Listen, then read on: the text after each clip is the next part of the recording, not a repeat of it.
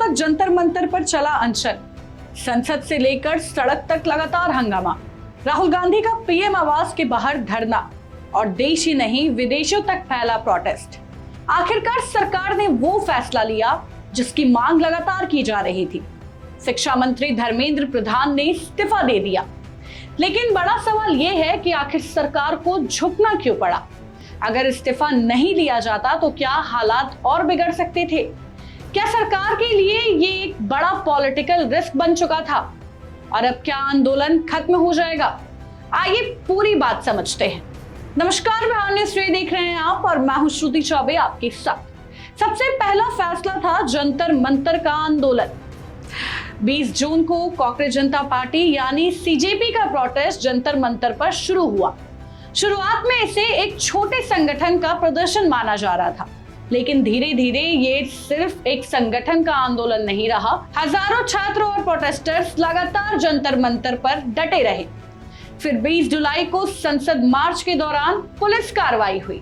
लाठीचार्ज और उसके video social media पर तेजी से वायरल हुए।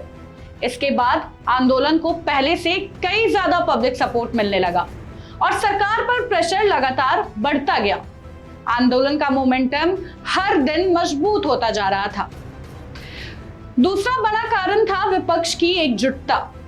21 जुलाई को राहुल गांधी, प्रियंका गांधी, अखिलेश यादव समेत कई विपक्षी नेता पीएम आवास के बाहर धरने पर बैठ गए।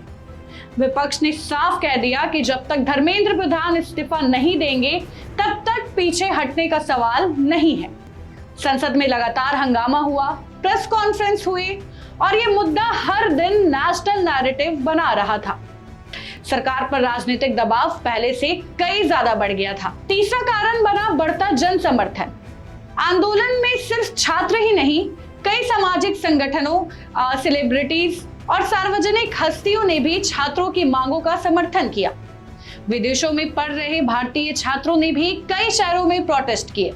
इससे ये मुद्दा राष्ट्रीय ही नहीं बल्कि अंतरराष्ट्रीय स्तर पर भी चर्चे का विषय बन गया था।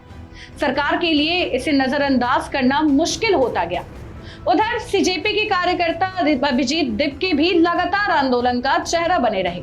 इस्तीफे के बाद जंतर मंतर पर उन्होंने साफ कहा है कि मंत्री का इस्तीफा हमारी पहली जीत है, लेकिन आंदोलन अभी खत्म नहीं हुआ है। हमारी बाकी मांगे पूरी होने तक हम पीछे नहीं हटेंगे। चौथा और शायद सबसे अहम कारण था चुनावी चिंता। युवाओं में नाराजगी लगातार बढ़ने की बात कही जा रही थी। आने वाले विधानसभा चुनाव और फिर 2029 के लोकसभा चुनाव को देखते हुए ये आंदोलन सरकार के लिए बड़ी पॉलिटिकल चैलेंज बन सकता था। राजनीतिक विश्लेषकों का मानना है कि अगर प्रदर्शन और लंबा चलता तो विपक्ष इसे चुनावी मुद्दा बना सकता था और इसका असर कई राज्यों में देखने को मिल भी सकता था। ऐसे में सरकार के लिए डैमेज कंट्रोल करना भी जरूरी माना जा रहा था। और पांचवा कारण था आंदोलन का लगातार फैलना। सरकार और आंदोलनकारी के बीच बातचीत की कोशिश चल रही थी।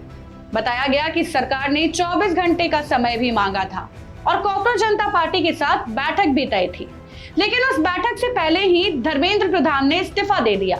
यानी सरकार ने हालात और बिगड़ने का इंतजार करने के बजाय बड़ा फैसला लेना ज्यादा बेहतर समझा।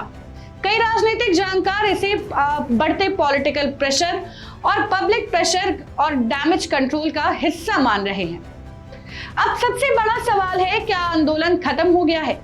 फिलहाल इसका जवाब है नहीं। सीजेपी का कहना है कि उनकी बाकी मांगे अभी पूरी नहीं हुई है। संगठन का कहना है कि उन्हें लिखित आश्वासन चाहिए। प्रदर्शनकारियों ने मुआवजे, पुलिस कार्रवाई और अन्य मांगों को लेकर आंदोलन जारी रखने की बात कही है। अभिजीत दिप्के ने कहा है कि कॉकरोच एक बार घुसता है तो आसानी से निकलता नहीं है। उनका कहना है कि जब तक बाकी मांगों पर कार्रवाई नहीं होती तब तक प्रोटेस्ट जारी रहेगा। हालांकि कुछ राजनीतिक विश्लेषकों का मानना है कि जब कोई विवाद बातचीत की मेज तक पहुंच जाता है तो उसके शांतिपूर्ण समाधान की संभावना ज्यादा बढ़ जाती है। इसलिए आने वाले दिनों में बातचीत के जरिए रास्ता निकल सकता है। यानी इस्तीफा भले हो गया हो, लेकिन इस पूरे आंदोलन का फाइनल चैप्टर अभी बाकी माना जा रहा है। तो कुल मिलाकर धर्मेंद्र प्रधान का इस्तीफा सिर्फ एक मंत्री का इस्तीफा नहीं है, बल्कि 35 दिनों तक चल रहे आंदोलन, विपक्ष के दबाव, बढ़ते जन समर्थन, लगातार बढ़ते प्रोटेस्ट और राजनीतिक समीकरणों के बीच लिया गया एक बड़ा फैसला माना जा रहा है। अब सबकी नजर इस बात पर रहेगी कि क्या सरकार आंदोलनकारियों की बाकी मांगे भी मानती है या फिर ये विरोध प्रदर्शन आगे भी रूप लेता है। आपको क्या लगता है, क्या इस्तीफे के बाद आंदोलन शांत हो जाएगा या अभी इस कहानी में कई और बड़े मोड़ बाकी हैं? हमें कमेंट कर अपनी राय जरूर बताइए। फिलहाल जेनजी बाग काफी खुश है। खुशी का माहौल पूरे देश में देखने को मिल रहा है। देश के कोने कोने में छात्र जश्न मनाते दिख रहे हैं और जंतर मंतर का माहौल इस वक्त काफी अलग नजर आ रहा है। सारे छात्र जश्न मना रहे हैं और लोग काफी खुश हैं। आगे इस पर जो भी अपडेट होगी हम आप तक पहुंचाते रहेंगे। बने रहिए बिहार न्यूज टुडे के साथ। तब तक के लिए जय हिंद, जय बिहार। वीडियो पसंद आए तो इसे लाइक और ज्यादा से ज्यादा शेयर करें। हमारे चैनल को सब्सक्राइब करना न भूलें ताकि आपको हर जरूरी खबर सबसे पहले मिल सके। अगर आप किसी खास विषय या मुद्दे पर वीडियो देखना चाहते हैं तो कमेंट करके जरूर बताएं। आपकी राय हमारे लिए बेहद अहम है।